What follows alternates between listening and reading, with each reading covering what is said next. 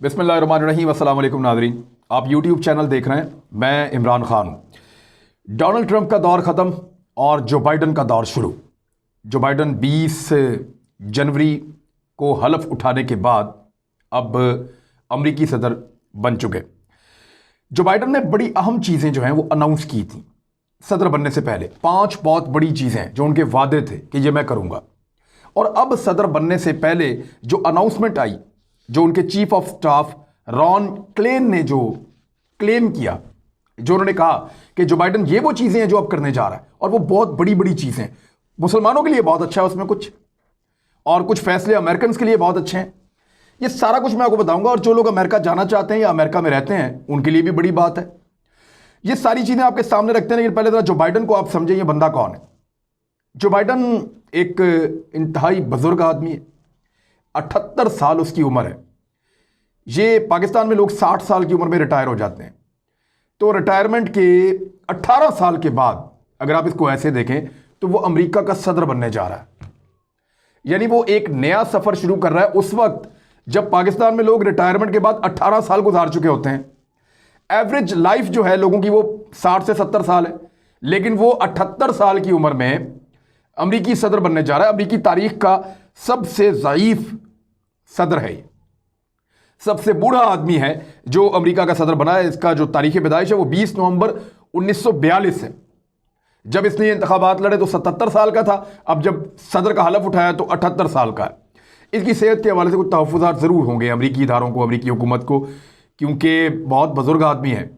Pennsylvania का रहने वाला है। 50 साल पहले इसने डेमोक्रेट पार्टी जो है उसके अंदर शमूलियत इख्तियार की थी। तो ये 50 साल पहले ये मशहूर होना शुरू हुआ अपनी पार्टी में। बहुत पुराना आदमी है। यानी अगर ये कहा जाए कि डेमोक्रेट्स में अगर पुराने तरीन लोग हैं तो उनमें एक ये जो बाइडन है। और 1972 में इसने अपना पहला इलेक्शन सेनेट का लड़ा था। बड़ा मुश्किल इलेक्शन था, लेकिन वो इलेक्शन इसने जीत लिया था। इसके इलेक्शन जीतने के बाद एक कार का हादसा हुआ। उस कार के हादसे में इसकी बेटी और बीवी दोनों मारे गए। इसके 2 बेटे इंतहाई जख्मी हालत में अस्पताल में पड़े थे और यह भी दिल बर्दाश्ता अस्पताल के अंदर मौजूद था। तब इसकी फैमिली ने, इसके इलाके के लोगों ने आके इसको समझाया कि अब तुम्हें अपनी जिंदगी उन लोगों के लिए गुजारनी चाहिए जिन लोगों ने तुम्हें वोट देकर सेनेटर मुंतखब किया। और इसने अपनी जिंदगी का पहला हलफ जब इस आदमी ने अपनी जिंदगी का उठाया था तो अस्पताल के कमरे से उठाया था, टेलीफोन के जरिए। तो यह है जो बाइडन का आगाज। बहुत सारे अहम ओहदों पर रहा है। ये 3 दहाइयों तक सेनेटर रहा अमेरिका का, और फॉरेन अफेयर्स की कमेटी का चेयरमैन रहा, जुडिशल कमेटी का चेयरमैन रहा, और बहुत सारी मरतबा इसने मईशत के मैदान में अपनी खिदमात सर अंजाम दी। बराक ओबामा जब अमेरिकी सदर बने 2008 में तो तब ये बनना चाहता था, लेकिन बराक ओबामा को पसंद किया गया, वो बन गए। बराक ओबामा ने अपने दौर में जो बाइडन को नायब सदर बनाया अपना, और अहम तरीन और हसास तरीन जितने मामला थे सदारत के उस 8 साल के दौरान, उन तमाम के अंदर इस आदमी का बड़ा कलीदी और अहम रोल था। जो बाइडन, इसने जो बड़े बड़े काम किए वो कौन से थे? इसको बाद में बराक ओबामा ने इसकी खिदमात के एवज इसको अमेरिका का सबसे बड़ा एक सिविल अवार्ड है जिसे कहते हैं मेडल ऑफ फ्रीडम, वो बराक ओबामा ने इसको दिया था। ये बहुत बड़ा एजाज़ है। तो इसने रूस को सप्लाई रोकी है अपनी ज़िंदगी के। इसके जो बड़े कारनामे उसमें यह है कि रूस को जो हथियारों की सप्लाई थी, जब सर्द जंग का दौर चल रहा था अमेरिका और रूस के बीच में, तो इसने उसको रुकवाने में बड़ा अहम रोल प्ले किया था। नेटो इत्तेहाद बनाने में और अमेरिका का नेटो इत्तेहाद मजबूत करने में इसने बड़ा अहम रोल प्ले किया था, उसको तगड़ा किया था। मुसलमानों के खिलाफ किसी भी जंग के ये खिलाफ था। पहली जो गल्फ वॉर हुई इसने मुखालफत की थी उसकी, लेकिन 9/11 के बाद इसने अपनी सोच को बदला और फिर इसने कभी मना नहीं किया कि अमेरिकन मुसलमानों पे हमला करें या ना करें, नेटो मुसलमानों पे हमला करें या ना करें। 9/11 के बाद इसने अपनी सोच को बदल लिया था। 2003 में जब दूसरी गल्फ वॉर हुई तो इसने उसकी हमायत की थी, लेकिन 2009 में जब अमरीकी फौजी उजलत में निकले इराक से बाहर, तो ये बंदा था जो उनकी हमायत करता कि निकालो इनको यहां से। उस उजलत की वजह से वहां पे दाइश जैसा ग्रुप बना, अलकायदा मजबूत हुई और फिर मुसलमानों का खून बहा। वैसे देखा जाए तो ये यहूदियों ने मिलकर किया था CIA के साथ, और वहां पे एक खतरा छोड़ा इस तरह के दहशतगर्दों का जो मुसलमानों का खून बहा रहे हैं। यानी कल तक जो काम नेटो के फौजी कर रहे थे वो अब मुसलमान खुद कर रहे हैं, मुख्तलिफ ग्रुप उनके वहां पे खून बहा रहे हैं। इस आदमी ने यूरोप के साथ अमेरिका के ताल्लुकात को बेहतर किया था और साथ ही साथ ईरान पर जो पाबंदियां लगी थी अमेरिका की जानिब से उनको नरम करवाया था, बल्कि कुछ पाबंदियां खत्म भी करवाई थी, क्योंकि इसका यह मानना है किसी मुल्क को दीवार के साथ लगा के आप उसको खतरनाक हथियार बनाने से नहीं रोक सकते। या तो आप एक्सट्रीम स्टेप लें, आप जंग करें उस मुल्क के साथ, तो या फिर आप उस मुल्क के साथ ताल्लुकात बनाएं ताकि आप उसके मुल्क में जाएं वापस आएं, जाएं वापस आएं, उसको तजारत करने दें, उसको जिंदा रहने दें ताकि आप उसको अपनी बात मनवा सकें। तो ईरान का यह कहता है कि उसकी पाबंदियां खत्म की जाएं, यह पाकिस्तान के लिए बहुत अच्छा होगा।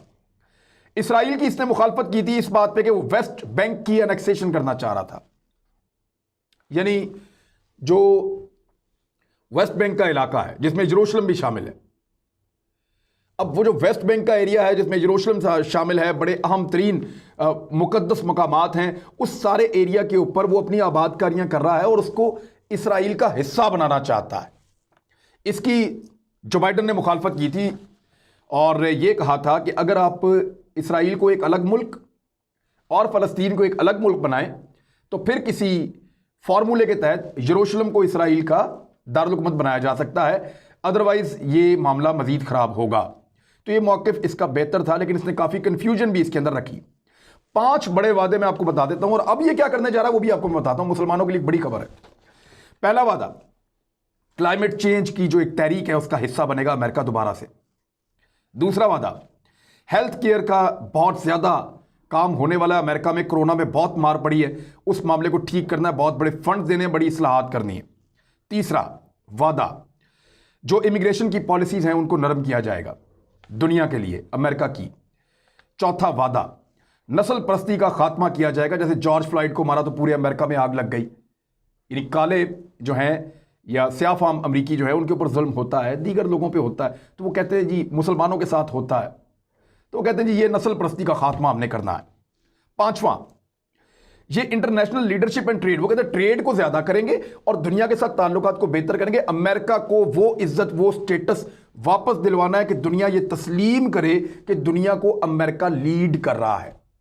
डोनाल्ड ट्रंप के दौर में शक और शुबहात पैदा हो गए थे कि ये तो अमेरिका नहीं है जो दुनिया को लीड कर रहा था, ट्रंप तो वो आदमी नहीं है जो दुनिया को लीड कर सके।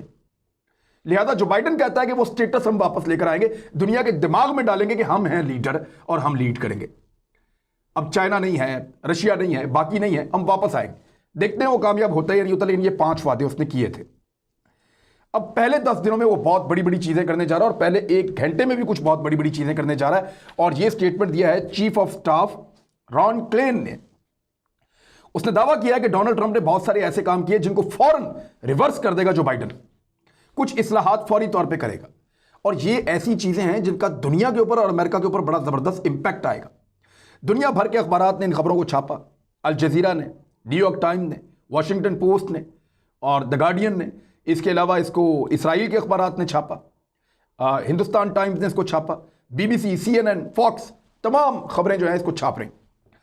उसमें उन्होंने ये कहा कि पहली जो चीज करने जा रहा है, ये अब गौर कीजिएगा, जो पहली चीज अब वो कर रहा है जो बाइडन, वो ये है कि कई मुसलमान मुल्कों पर इमिग्रेशन का एक बैन लगाया था डोनाल्ड ट्रंप ने 2017 में सदर बनने के फौरन बाद। वो बैन खत्म कर देगा जो बाइडन। पॉलिसी तब्दील, कौन कौन से मुल्क हैं? ईरान है, इराक, लीबिया, सोमालिया, सूडान, शाम और यमन। इसमें कुछ पाबंदियां उन्होंने इसलिए लगाई कि उन मुल्कों में लोगों को उन्होंने बहुत मारा है। कुछ पाबंदियां इसलिए लगाई कि सऊदी अरब ये चाहता था, यानी 3 मुल्क ऐसे हैं जिन पे सऊदी अरब के कहने पे डोनाल्ड ट्रंप ने पाबंदियां लगा दी, क्योंकि डोनाल्ड ट्रंप के जाती माली फायदे सऊदी अरब के साथ बहुत मिलते हैं और मोहम्मद बिन सलमान से उनकी बड़ी दोस्ती थी। लिहाजा ये जो पाबंदियां थी ये खत्म करने जा रहा है। दूसरा, अब ये मुसलमानों के लिए एक अच्छी खबर है, इमिग्रेशन पॉलिसी अगर नरम हो जाए तो उसमें वो अब एक रिफॉर्म्स भी लेकर आएंगे, जो चीफ ऑफ स्टाफ ने बताया है जो बाइडन के, कि इमिग्रेशन रिफॉर्म्स हम लेकर आ रहे हैं बहुत जल्दी, और ये पॉलिसी तो पहले घंटे में हम अपनी अनाउंस करेंगे।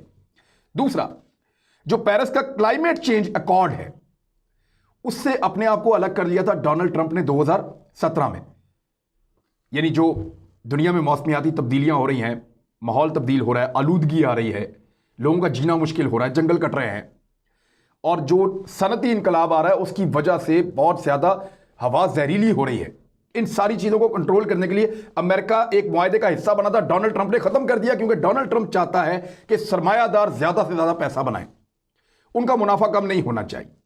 जो बाइडेन कहता है कि मुनाफा कम हो जाए लेकिन इंसान को और माहौल को नुकसान ना हो। मिसाल के तौर पे अगर आप सड़क बनाते हैं और साथ ये शर्त रखते हैं कि इस सड़क के दोनों तरफ बड़ी तादाद में, बड़ी मिकदार में दरख्त लगाए जाएंगे, तो इससे जो सड़क बनाने वाला उसका मुनाफा कम हो जाएगा इस शर्त से। लेकिन अगर वो ये जंगल लगाता है तो फिर वो क्लाइमेट को बहुत फायदा होगा। जो जहरीली गैसें छोड़ने वाली फैक्ट्रीज हैं, उनको अगर ये कहा जाए कि ऐसे प्लांट लगाने हैं, आपने गैसें नहीं छोड़नी, आपने इस तरह का बवाद नहीं छोड़ना, आपने ज़मीन को, ज़ेरे ज़मीन पानी को, हवा को गंदा नहीं करना, तो उनको बड़े महंगे इक़दाम करने पड़ते हैं। तो डोनाल्ड ट्रंप ने उनको रिलीफ देने के लिए बड़े बड़े सरमायादारों को यह शर्त खत्म कर दी थी, इससे अपने आप को अलग कर लिया था। जो बाइडेन आते ही रीज्वाइन करेगा क्लाइमेट चेंज अकॉर्ड जो पेरिस का, उसको रीज्वाइन करेगा। तीसरा, मास्क पहनने को लाजमी करार देगा, क्योंकि ये डोनाल्ड ट्रंप मास्क का मजाक उड़ाता रहा है, वो पहनता भी नहीं रहा, तो वो लाजमी करार दिया जाएगा, खसूसन उस वक्त जब आप ट्रेवल कर रहे होंगे। चौथा, जो स्टूडेंट लोन्स हैं, तुलबा को जो कर्जे मिलते हैं अमेरिका में, एक पॉलिसी है, डोनाल्ड ट्रंप ने उसका भी सत्यानाश किया था, उसको वापस स्टूडेंट के हक में किया जाएगा ताकि वो इस वक्त कोरोना के बाद जो मुश्किलात हैं उससे निकल जाएं।